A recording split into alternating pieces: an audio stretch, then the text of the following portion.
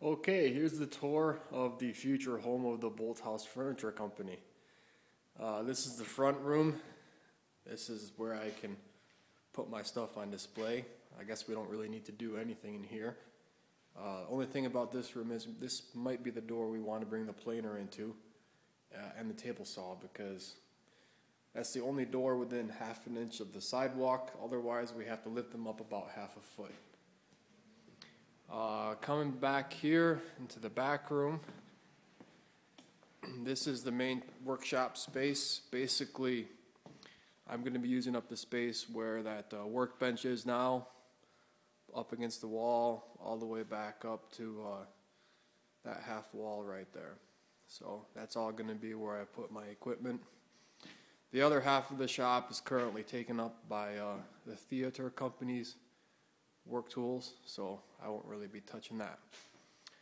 It's basically 4 things we need to do with electrical in here, so I'll give you the rundown on all of those.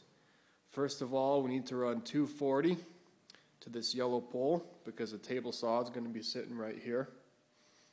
I was also thinking about taking 240, tying it into that beam right there, or that conduit next to the beam, running it about 20 feet across the ceiling and then 10 feet down, and that would give me my 240 for a jointer when I get one.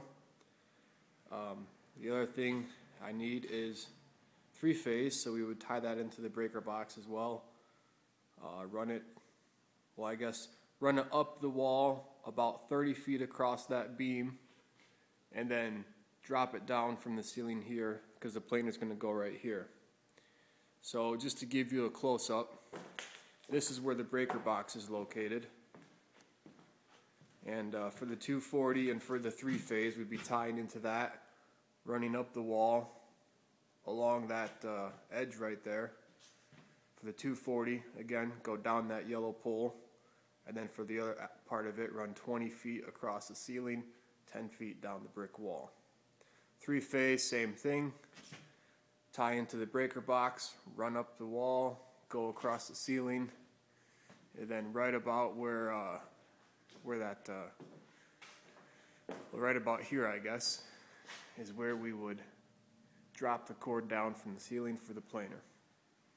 As far as electrical, we also, I'll show you the 120 setup there is for this space. There's 2 outlet boxes here. This one currently produces electricity. This one currently does not. This conduit runs all the way around this wall, down along the bottom there, up across the door, and then back down along the bottom, and then back against this brick wall, all the way back to that conduit box, or a breaker box. So basically, the 120 comes from all the way around the building. Now, the only thing I would like to do here is obviously get live power into that outlet box, and then possibly extend this one another 10 feet or so that I can have a close plug-in for the workbench for 120. Last thing we need to do with electrical is light fixtures. I'll show you real quick where the conduit runs for the light fixtures. Tie-ins to the breaker box here, goes through that wall, through the bathroom, comes out the other side, runs along the ceiling, and then that's the junction box for the first light fixture. There's also a junction box right there for another light fixture, and a junction box here for a third light fixture. I would like to take down that 2-bulb light fixture and put up 3 of these. These are some light fixtures he said I could use, and I also have some light bulbs as well. So basically, we need whatever supplies are necessary for hooking those up. And that's basically all the electrical. Quick rundown again. 240 from that breaker box up the wall, about 30 feet across that beam, and then 6 feet down the yellow pole. 3-phase from that breaker box up the wall, 30 feet across the beam, and then, oh, sorry, not the pole.